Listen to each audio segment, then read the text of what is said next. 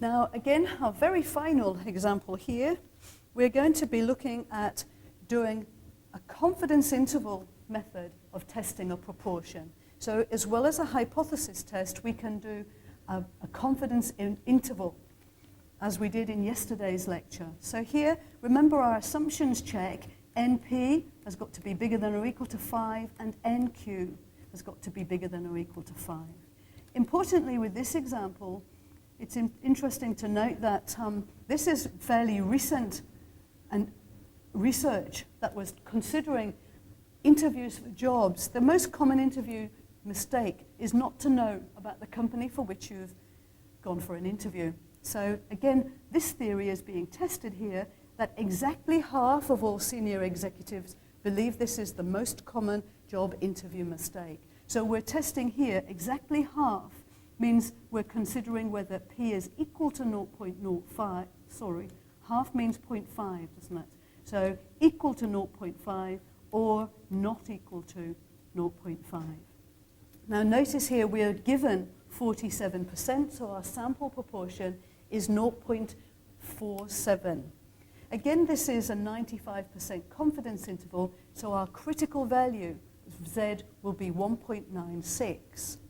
So here, with the confidence interval in this slide, we're considering the standard error for the mean. Again, remember this standard error expression, which this time is using the sample proportion, because we can't use the hypothesized proportion because that's what we're testing. So we're using the sample proportion here in this standard error. If we're looking for the hypothesized proportion value within an interval, it would be incorrect to use it to determine the value for the standard error. Again, this is different from what we've just done for the hypothesis test, but the formula will be given to you if you need to do this for yourself. So we're using the sample proportion in the standard error formula. Now, I've gone through the calculation here of 0.47. I've worked out this standard error measure here using 0.47 multiplied by 0.53.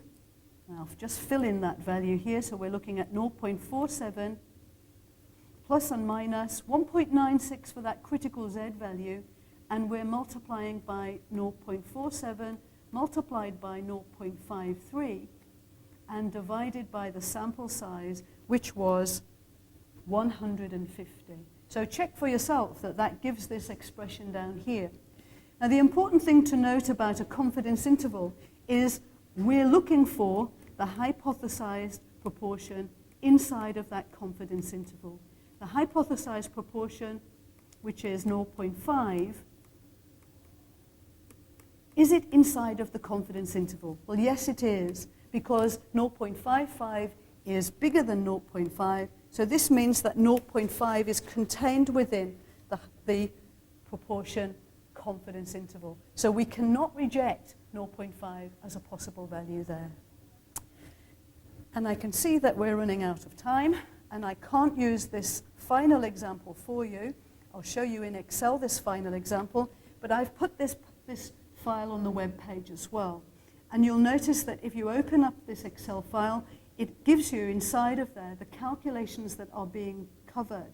So if you change in this file, if you change the sample size and the number of successes and the confidence level, which are the ones in the green boxes, if you change these values, then the values in the pink boxes will change as well.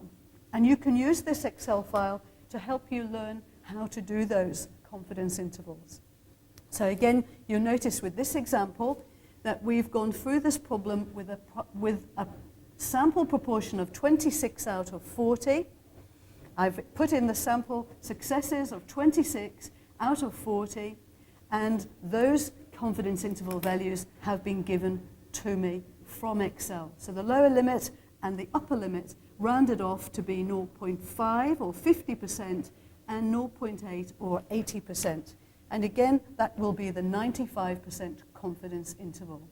So finally, in this last slide, we've calculated those values through using the previous information. And again, that one you'll see on the examples on the web page. So this week's examples class has been covering confidence intervals and hypothesis tests for a single sample, and you should know how to do those. All of the information for this and more examples in the tutorial questions. Thank you.